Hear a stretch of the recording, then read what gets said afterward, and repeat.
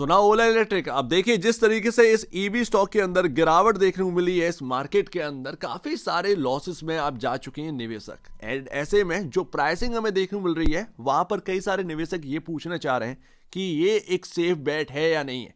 यानी कि 56 रुपए 49 पैसे का जो प्राइसिंग हमें देखने को मिल रही है, क्या ये एक सेफ बेट बन सकता है? Hi, this is Dev and watching traders diary, और आज हम समझेंगे ओला इलेक्ट्रिक अब सेफ बेट है या नहीं है, या फिर यहां से और भी ज्यादा लॉसेस बढ़ते हुए नजर आ सकते हैं। तो 3 महीने की बात करते हैं। ओला इलेक्ट्रिक ने -40% का नेगेटिव रिटर्न डिलीवर किया है अपने निवेशकों को। वहीं बजाज ऑटो, जिससे आपका खींचतान चल रही है, -16.22% का नेगेटिव रिटर्न। अब ये कंपैरिजन आप सोच रहे हैं कि बजाज ऑटो से कंपैरिजन बनेगा नहीं। सही बात है तुम्हारी, ये नहीं बनेगा। ये हीरो मोटो कॉर्प से बन सकता है, बट बजाज ऑटो का जो चेतक है, जिसने पूरी यहां पर जो है ना इस ऑटोमोबाइल ईवी का मतलब जो इकोसिस्टम था, उसने बिगाड़ दिया था। वो टॉप पर आ गए थे एंड इसीलिए मैंने उनको लिया है यहां पर। एंड उनके खुद के स्टॉक में भी करेक्शन देखने को मिला है। ओला इलेक्ट्रिक तो करेक्शन दे ही रहा है एंड ये करेक्शन स्टार्ट हुआ है 160 रुपए पर। अब देखिए वहां से अगर आप कैरी करना स्टार्ट करेंगे तो ये लॉसेस आपका जो है बहुत ज्यादा है आज की डेट में। लिस्टिंग के बाद मैंने आपसे कहा था कि एक ट्रेडर पार्टी आएगी एंड ये स्टॉक को ऊपर लेकर जाएगी 150 तक। कभी कभार क्या होता है, 100 रुपए से नीचे वाला स्टॉक होता है ना, उसको ये लोग 150 तक ही खींच के ले जाते हैं। आप देखेंगे तो बजाज हाउसिंग फाइनेंस में भी कुछ यही देखने मिला था। ये खींच कर ले गए, उसके बाद इन्होंने बिल्कुल वॉल्यूम खत्म। निवेशक वहां से देखिए किस तरीके से यहां पर सफर कर रहा है। अब यहां पर बहुत सारे लोग जो है वो एग्जिट भी कर चुके होंगे एंड आज की डेट में जो हमें देखने को मिल रहा है वो सबसे लोएस्ट प्राइस पर देखने को मिल रहा है। लोग ये नहीं समझ रहे थे कि इस जगह पर 160 पर मार्केट कैप कितना है, तो यहां पर अंधे बनकर कई सारे लोग चल रहे थे, एक हाइप बना के रख दी थी। आज की डेट में हम 2024 में जब घूमकर देखते हैं ना, काफी सारे स्टॉक्स में ऐसी ऐसी हाइप देखने को मिली थी। इंटरनेट पर बस एक ही चीज चल रही थी, ये तहलका मचा देगा, ये खत्म कर देगा सारे बाकी कंपनियों को। एंड से प्रॉब्लम ये नहीं है कि आपका स्टॉक गिर गया, नहीं भाई, यहां पर आपका सेल्स भी गिर गया। आप देखेंगे दिसंबर 2024 की सेल्स जो है वो आपका क्वार्टर दर क्वार्टर बेसिस पर डाउन है, ईयर ऑन ईयर बेसिस पर आपका डाउन है एंड दैट्स व्हाई ये एक हैवी बल्कि करेक्शन हमें देखने को मिला। एंड सबसे बड़ी बात, आपका स्टॉक का वैल्यू बनेगा कैसे जब तक आप प्रॉफिट में नहीं।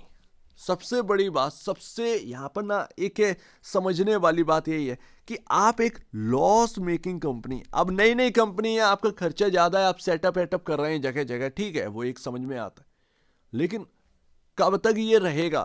एंड तब तक आप जब प्रॉफिट में आएंगे तब तक आपका स्टॉक का भाव कितना हो जाएगा, ये किसी को नहीं पता इस मार्केट के अंदर।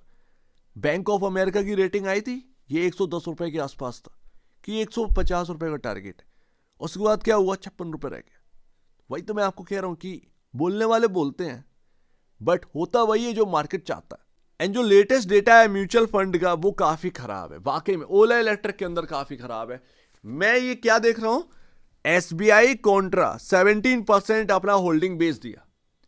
इस फंड्स की हम बात करेंगे ना, यहां पर किसी ने भी बढ़ाया नहीं है, कोई भी प्लस में नहीं गया, किसी ने भी यहां पर जो है इंक्रीज नहीं करी है अपनी होल्डिंग। यहां पर जो टॉप फंड है जिसने सबसे ज्यादा बाई कर रखा है वो है मिरेई, ठीक है, मिरेई एसेट। अभी क्या है, आज 9 तारीख है, 10 तारीख तक ये पूरा डेटा क्लियर हो जाएगा। अभी उनका नाम दिख नहीं रहा है। अगर मान लीजिए 10 तारीख के बाद भी उनका नाम इस लिस्ट में शामिल नहीं है, तो इसका मतलब ये है कि मिरेई ने अपने सारे होल्डिंग बेच दी है ओला इलेक्ट्रिक की। जो सबसे ज्यादा पॉजिटिव था आज की डेट में, वही सबसे ज्यादा नेगेटिव देखने को मिल सकता है अगर यहां पर 10 मार्च तक ये डेटा पूरी तरीके से क्लियर नहीं हुआ एंड उसमें नाम नहीं आया। क्लियर हो जाएगा, मतलब 10 मार्च तक क्लियर हो जाएगा, अगर उसमें नाम नहीं दिखा तो मेरे ही का नाम आना जरूरी है। लेट्स सी, देखते हैं, बट क्या होगा पता नहीं है। बट अब तक का जो डेटा आया वो काफी नेगेटिव है। अब देखिए, ना तो अपने को पी रेशियो पता था ना कुछ।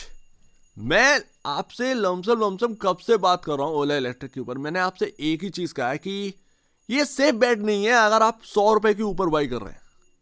उसका रीजन समझ रहे हैं क्या है?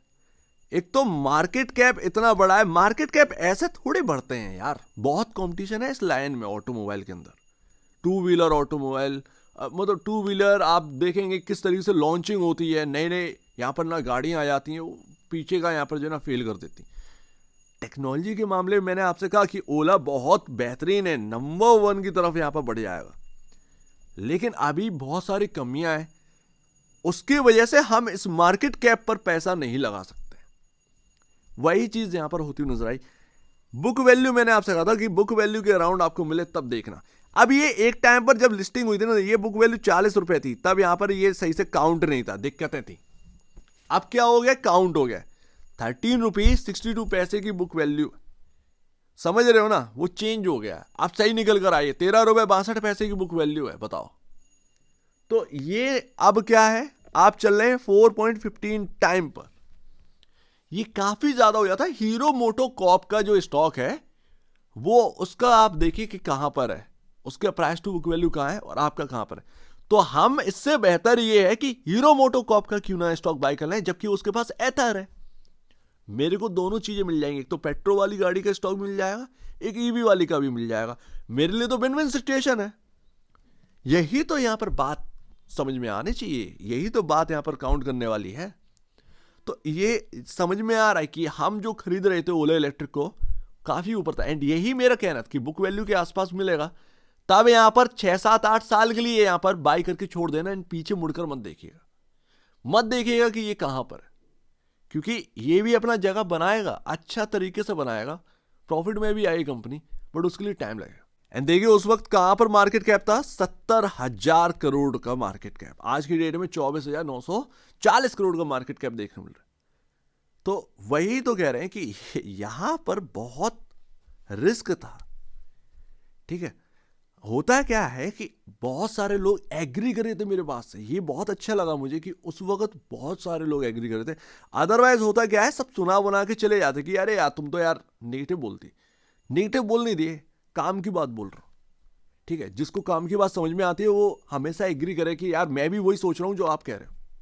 ठीक है, तो ये एक लॉजिक दौड़ाने की कोशिश, जहां लॉजिक नहीं होता वहां आपका लॉस ही होता है। एंड यहां पर बाय करने का कोई लॉजिक नहीं था, ना तो आपकी सेल्स थी वैसी, ना प्रॉफिटेबिलिटी थी। मैं इससे बेहतर है कि 70K के मार्केट कैप पर आपको खरीदने से बेहतर कि हीरो मोटोकॉर्प के मार्केट कैप को या हीरो मोटोकॉर्प के स्टॉक को बाय कर लो। उस बेचारे को तो वैल्यू भी नहीं मिली इस मार्केट में। तो यही तो बात है, यही तो समझने वाली बात थी। एंड उस बात को हम समझे। एंड लास्ट, तो आप देखिए करें क्या, क्या करना है। देखिए अगर आपने ऊपर गलती कर ली तो भाई वो आपका प्रॉब्लम है, ये फैक्ट है, ये रियलिटी है, आप उसमें कुछ नहीं कर सकते। आपके पास एक ही टूल है एवरेज करने का। क्या आप एवरेज करने के लिए तैयार हैं? वो अपने फाइनेंशियल एडवाइजर से पूछ के करिएगा जो कुछ भी करना हो, क्योंकि आपके पास एक ही चीज बचती है भाई। जो प्राइस इसने देखा है 160 रुपए को, वो दिखेगा, लेकिन टाइम लगेगा। कितना लगेगा ये पता नहीं, बट जो अपॉर्चुनिटी बन गई है वो नए बायर के लिए बन गई है, जो कि यहां पर इस प्राइस को देख रहा है। उसका इस प्राइस से कोई लेना देना नहीं है। तुमने 160 देखा, 150 देखा, डजंट मैटर। ठीक है ना, फॉरगेट अबाउट दिस। नए बायर के लिए अपॉर्चुनिटी यहां पर बन चुकी है। अब यहां पर देखें क्या करें, क्या बॉस, ये समझते हैं। क्या ये 24,000 करोड़ का मार्केट कैप, क्या आपको लगता है कि ये ठीक है? अगर आपको लगता है कि हाँ भाई अब ठीक है, ये 56 रुपए इतना बुरा नहीं, देन बाय, बट ओनली 50%। यानी कि अगर आप 100 शेयर लेने जा रहे हैं ओला इलेक्ट्रिक के, 50 ही शेयर लेना, उसमें से 50 शेयर्स ओनली। ठीक है, बाकी का रखिएगा एवरेज करने के लिए, कि बाय चांस ये मेरे को कभी बुक वैल्यू के आसपास मिला या आने वाले क्वार्टर कुछ अच्छे नहीं निकले इनके लिए, और ये स्टॉक मेरे को अगर मिल गया 35 रुपए 30 रुपए में, तो मैं वहां पर एवरेज कर लूंगा। उस चीज के लिए भी तैयार रहिएगा। लेकिन ये जहां पर है ना अभी, ये अच्छा गुड प्राइस है, बट बेस्ट प्राइस नहीं है। ठीक है, अभी भी प्राइस टू बुक वैल्यू काफी अंतर है, इस चीज को समझना चाहिए। जब बड़ी कंपनियों को यहां पर जो है हमें वैल्यू मिलती हुई नहीं दिख रही है, तो छोटी कंपनी का तो बहुत दूर की बात। ठीक है, लेकिन मार्केट देखता है growth growth growth growth. And एक बार एथर की लिस्टिंग अगर हो गई एंड उसके बाद कंपटीशन बढ़ेगा, तब यहां पर असली गेम स्टार्ट होगा। लेकिन उससे पहले प्राइसिंग कहां पहुंच जाएगी ये नहीं पता।